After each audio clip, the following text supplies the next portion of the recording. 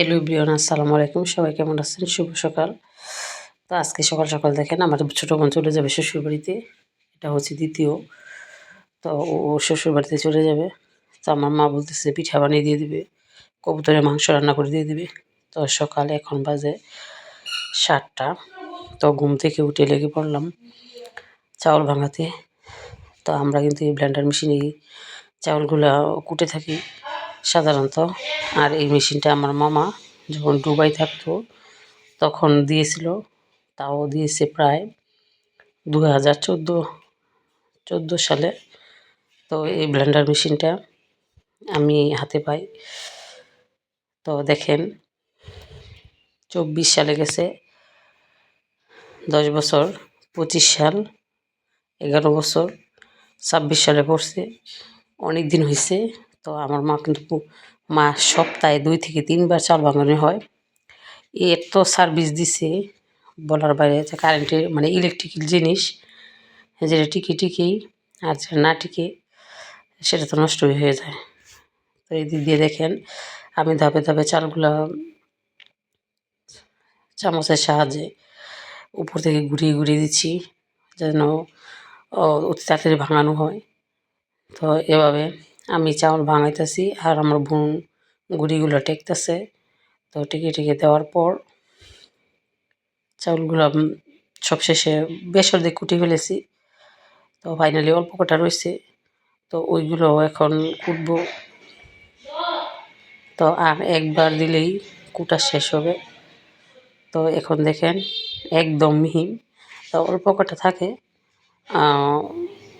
যেটা বলে মোল্লা, তো ওইগুলো আবার শেষে দেওয়া হবে। তো ফাইনালি দেখেন ভিতরে দেখেন কীভাবে আটকে আছে, যেহেতু চাউলগুলো ভিজা, আর ভিজা চাউলের কিন্তু ইয়েটা বেশি থাকে। তো আমি চামচের সাহায্যে একটুখানি শক্ত হয়ে লেগে আছে। তো আস্তে আস্তে এগুলো আগলা করে নিলাম আর এখন টেকুনিতে দিয়ে ফেললাম। তো সবশেষে ওর যে মোল্লাগুলো ছিল ওইগুলো দিয়ে দিলাম। তো চাউল ভাঙিয়ে শেষ করে আমি এখন চলে যাচ্ছি স্কুলে। আর আজকে সকাল সকাল কিন্তু আমার মা শুটকির ভর্তা আর গরম গরম ভাত রান্না করছে। তো ওই ভাত খেয়ে ছেলেকে নিয়ে চলে যাচ্ছি স্কুলে। তো এদিক দিয়ে রাস্তা দিয়ে যখন বের হলাম তখন দেখেন প্রথমে কুয়াশা কম ছিল, তারপরে এখন আস্তে আস্তে বাড়তেছে, প্রচুর কুয়াশা। তো ফাইনালি কুয়াশা টুয়াশা কেটে এখন চলে আসলাম স্কুলে। আর এখন সময় সকাল 10টা, এখনও কিন্তু বাইরে কুয়াশা আছে। তো বাচ্চারা পিটি করতেছে। আর এদিক দিয়ে দেখেন দুপুরে ছেলের স্কুল থেকে বাড়িতে আসলাম, আবার বড় মেয়েকে নিয়ে স্কুলে চলে গেলাম। তো এখানে দেখেন আমার মা কী রান্না করছে।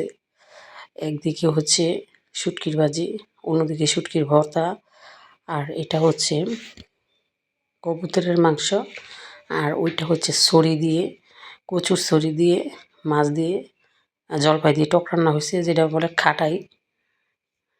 তো ফাইনালি দেখেন তরকারিগুলো আমি ধাপে ধাপে আবার ঘুরে দিলাম।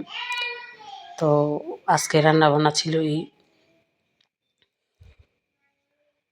কচুর ছড়ি তরকারিটা, কিন্তু খুব টেস্ট হয়েছে।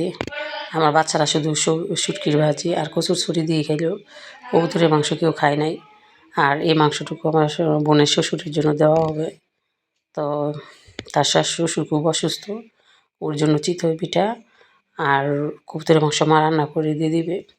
তো দুপুরে খাওয়া দাওয়া করে আমি চলে আসলাম আমাদের বাড়িতে। তো এখন দেখেন মা অনেক রিকোয়েস্ট করছে যে আজকে রাতে থাকার জন্য, কিন্তু থাকতে পারলাম না। তো দুপুরে এসে বাড়িতে এসে গোসল করে এখন আমি রান্না বসিয়ে দিলাম। তো রান্না করতে করতে মাগরিবের আজান দিয়ে দিছে। তো ফুলকপিগুলো প্রথমে ভালো করে ধুয়ে পরিষ্কার করে নিয়েছি, আর সবশেষে প্রথম মাছগুলো ভেজে নিয়েছিলাম। আর এখন কষানোর শেষে দিয়ে দিলাম টমেটো আর মাছগুলো। তো এখন নাড়াচাড়া করে নিচ্ছি। তো নাড়াচাড়া করে এখন ঝোলের পানি দিয়ে দিব। তো ওইদিকে মাগরিবের আজান দিয়ে দিছে, অলরেডি অন্ধকার হয়ে যাবে। তো এখন আমি ঢাকনা দিয়ে ঢেকে রাখবো। ঝোলের পানি দেওয়া শেষ। তো আজকে এখন যে তরকারিটা রান্না করছি ওটা কারাগত সকাল পর্যন্ত খাবো, কারণ সকালে খাওয়ার উদ্দেশ্য হচ্ছে সকালে ওরা স্কুলে চলে যাবে। আর এদিক দিয়ে গতকালকে ডাল ছিল, যেহেতু আমি গতকালকে বাবার বাড়িতে ছিলাম, তো এই তরকারিগুলো রয়ে গেছে, ডালটা গরম করে নিলাম। আর ফাইনালি দেখেন ফুলকপি তরকারি লোকটা মাশাল্লাহ, খেতেও কিন্তু সেই স্বাদ ছিল। ধন্যবাদ সবাইকে। আসসালামু আলাইকুম।